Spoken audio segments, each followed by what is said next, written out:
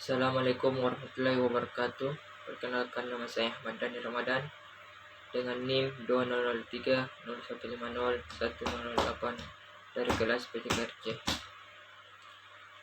Saya akan membawa materi belajar motorik dengan judul klasifikasi respon motorik dan klasifikasi kawasan fisik.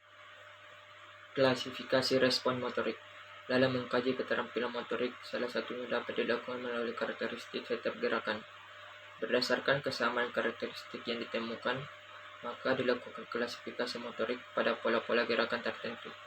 Dengan klasifikasi motorik yang dilakukan, diharapkan para guru dan pelatih olahraga dapat menggunakan untuk mempermudah menganalisis gerakan yang diberikan kepada atlet atau siswanya. Klasifikasi berdasarkan kecermatan gerak. Keterampilan motorik kasar. Keterampilan motorik kasar adalah keterampilan motorik yang melibatkan otot-otot besar sebagai penggerakan utama. Keterampilan motorik kasar berhubungan dengan besar dan luasnya penggunaan otot-otot dalam tubuh, misalnya berlari, melompat, memukul, dan sebagainya.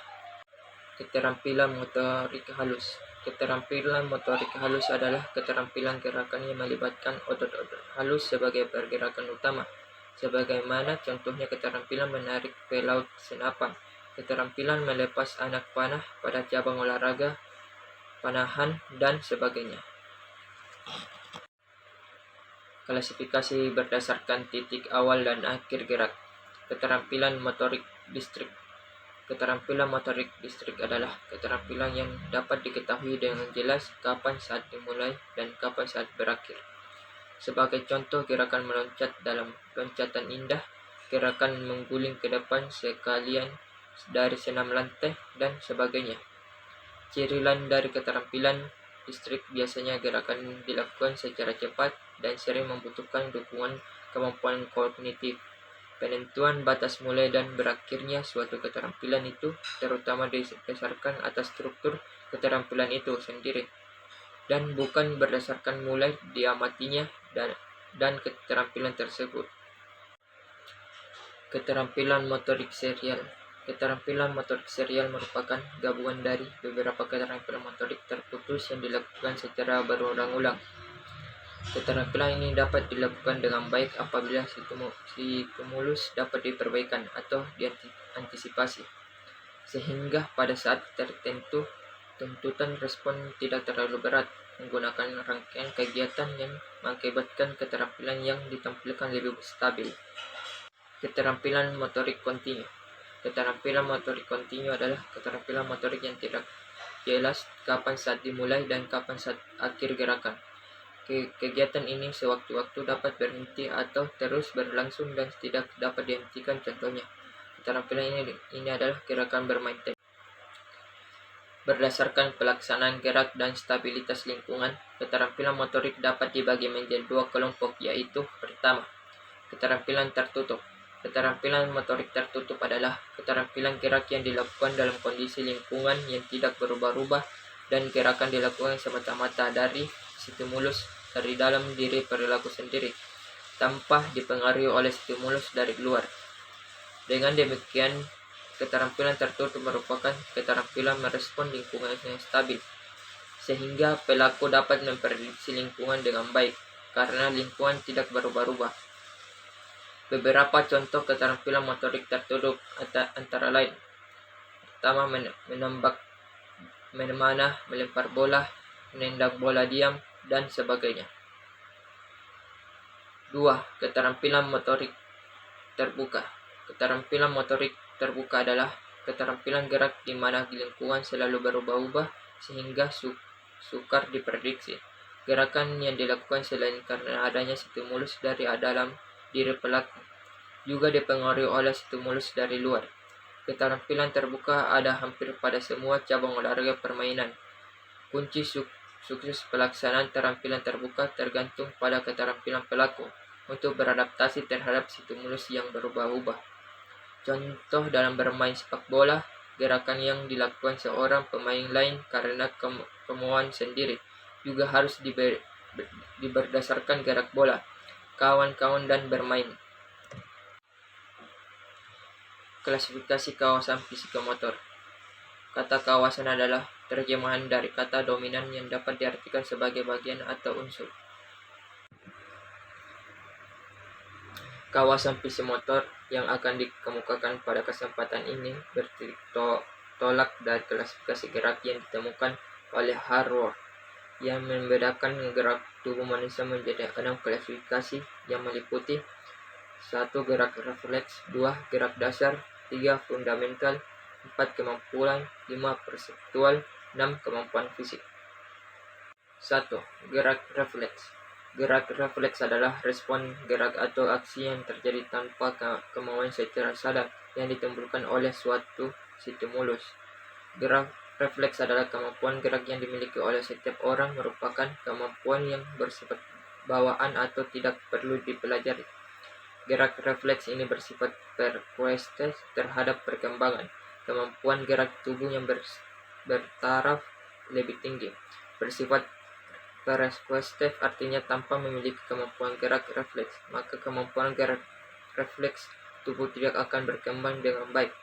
Sebagai contoh, dimiliki refleks untuk memelihara ketegakan tubuh, refleks postur, memberikan kemungkinan berkembangnya kemampuan bekerja, berlari, meloncat, dan sebagainya. Gerak dasar fundamental. Gerak dasar fundamental adalah gerakan-gerakan dasar yang berkembang terjadi sejalan dengan pertumbuhan tubuh dan tingkat kemampuan pada anak-anak. Gerak dasar fundamental mulai dapat dilakukan oleh seorang sebagian pada masa bayi dan sebagai pada masa anak-anak.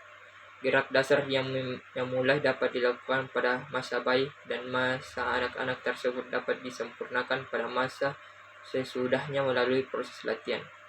Gerak dasar fundamental dapat dibagi menjadi 3 kelompok yang meliputi: pertama, gerak lokomotor adalah gerak berpindah dari suatu tempat ke tempat lain, misalnya merangkak, berjalan, berlari, dan meloncat. 2. Gerak non-lokomotor adalah suatu gerakan yang berproses pada persendian tubuh tertentu, misalnya menekuk lengan, menekuk kaki, membungkuk, dan meliling tongkat. 3. Gerak manipulatif adalah suatu gerakan memanipulasi objek tertentu dengan menggunakan tangan, kaki, atau sebagian tubuh lain, misalnya menggiring bola, memukul bola, dan melempar ke sasaran. Kemampuan perseptual. Kemampuan perseptual adalah kemampuan untuk menginterpretasi stimulus yang tangkap oleh panca indera. Kemampuan perseptual yang erat hubungan dengan gerakan tubuh ada 5, yang meliputi pembedaan rasa gerak, pembedaan penglihatan, pembedaan pendengaran, pembedaan peraba, kemampuan koordinasi. Kemampuan fisik. Kemampuan fisik adalah kemampuan mengfungsikan sistem organ-organ tubuh dalam melakukan aktivitas gerak tubuh. Kemampuan fisik sangat diperlukan dalam mendukung aktivitas gerak tubuh. Gerakan yang terampil dapat dilakukan apabila kemampuan fisik cukup memadai. Secara garis besar, kemampuan fisik dapat dibedakan menjadi 4 macam, yaitu ketahanan atau endurance, kekuatan atau strength, kelenturan atau flexibility, kelincahan atau agility. Secara garis besar, kemampuan fisik dapat dibedakan menjadi 4 macam, yaitu ketahanan fisik. Ketahanan fisik adalah kemampuan untuk melakukan aktivitas fisik dalam jangka waktu lama. Kekuatan fisik. Kekuatan fisik adalah kemampuan menggunakan tangan otot untuk menahan atau melawan beban. Kelentukan adalah keluasan gerak persendian. Keluasan gerak persendian dipengaruhi oleh bentuk tulang yang membentuk persendian dan elastis otot-otot yang menghubungkan persendian. Kelincahan adalah kemampuan bergerak cepat ke segala arah. Gerak terampil. Gerak terampil adalah gerak yang mengikuti pola atau bentuk tertentu yang memerlukan koordinasi dan kontrol sebagai bagian atau seluruh tubuh yang dapat dilakukan melalui proses bekerja. dengan apa yang dikehendaki atau sesuai dengan tujuannya. Gerak keterampilan dibedakan menjadi 3 macam, yaitu keterampilan adiktif.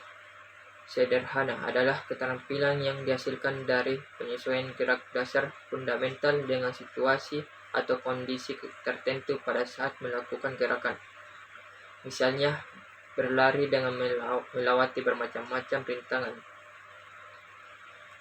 Keterampilan adiktif terpadu adalah keterampilan yang dihasilkan melalui perpaduan antara gerak dasar fundamental dengan penggunaan perlengkapan atau alat tertentu, misalnya memukul bola dengan menggunakan raket.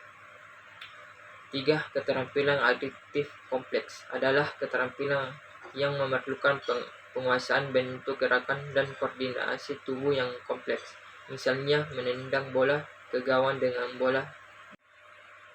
Komunikasi non-diskursif.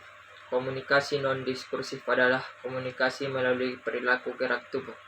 Gerak tubuh yang komunikatif dapat dibedakan menjadi 1. Gerak ekspresif adalah gerak yang bertujuan mengkomunikasikan suatu pesan, misalnya gerakan menggunakan kepala yang menyatakan setuju, gerak melambaikan tangan yang menyatakan perpisahan. Gerak ekspresif adalah gerakan tubuh yang menampilkan nilai keindahan dan mengandung makna tertentu. Gerak yang menampilkan keindahan disebut gerak estetis. Sedangkan gerak yang menampilkan makna tertentu disebut gerak interpretif. Contoh gerak interpretif adalah gerak lari balet. Gerak tari balet mengandung nilai estetis sekaligus mengandung makna tertentu yang ingin disampaikan melalui penampilan gerakan. Gerakan interpretif merupakan klasifikasi gerak yang paling tinggi tarafnya. Sebagai contoh, penari balet menguasai keterampilan gerakannya dulu baru kemudian dapat melakukannya dengan indah dan penuh penjiwaan makna gerakan. Rangkuman berdasarkan kecermatan gerak, keterampilan motorik dapat dibagi menjadi 2, yaitu keterampilan motorik kasar, gross motor skills, atau keterampilan motorik halus, fine motor skills. Berdasarkan titik awal dan akhir kegiatan, keterampilan motorik dibagi menjadi 3 kelompok, yaitu keterampilan motorik distrik, keterampilan motorik serial, dan keterampilan motorik kognitif. Berdasarkan stabilitas lingkungan, keterampilan motorik dapat dibagi menjadi 2 kelompok, yaitu A. Keterampilan tertutup, dan B. Keterampilan terbuka. Gerak refleks adalah respon gerak atau aksi yang terjadi tanpa kemauan secara sadar yang ditimbul oleh suatu stimulus.